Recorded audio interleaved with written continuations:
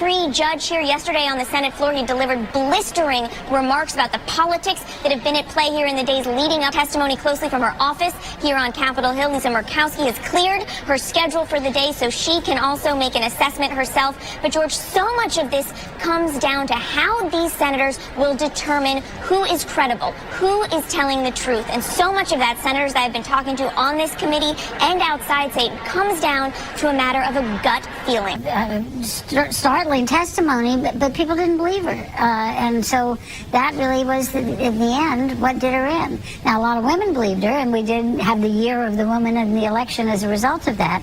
But guilty until proven innocent in this country. I've talked to sources at the White House. We know that he is traveling from New York back to Washington today. He will be watching. Felt that he needed to be more defiant and firm in his denials. So I think this is a critical moment here. The president has made it clear he stands with Brett Kavanaugh. He hasn't given an inch on that, but as Cecilia mentioned, he did not rule out the possibility of changing his mind depending on what happens here. So this really comes down to this hearing, the performance in this hearing, how those potential swing votes in the Senate see it, and how the president himself sees it, and we know he will be watching. The senators are taking their seats. Senator Grassley in place right now. That investigation behind her, so she has to be very probing, and this is a delicate matter. Dr. Ford appears to have taken her seat right there. As David Muir was mentioning, we haven't seen her on television. We've seen a couple still photos. That's the first sign. First time we've seen her before the cameras, flanked by her lawyers, Deborah Katz and Michael Bromwich.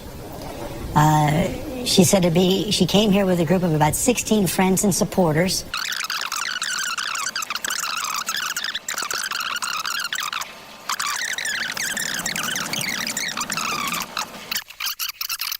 We'll take a break now for 15 minutes. Dr. Christine Blasey Ford there speaking with her lawyer Michael Bromwich after about 1 hour of testimony before the Senate Judiciary Committee. Said at the top it would be consequential, said at the top it would be dramatic, also incredibly emotional, unlike any Senate testimony in my memory. Dr. Christine Blasey Ford with about a half-hour opening statement there saying she was terrified to come before the country, but she felt it was her duty, and saying she, as we just saw in that questioning from Senator Dick Durbin, Democrat, number 2 Democrat in the Senate, saying she is 100% sure that it was Brett Kavanaugh that physically assaulted her back when she was in high school 37 years ago. Cookie Roberts here at the desk. We know people are watching this all across the country as this began. I got a text from a friend saying she looks like every woman you know. She indeed does.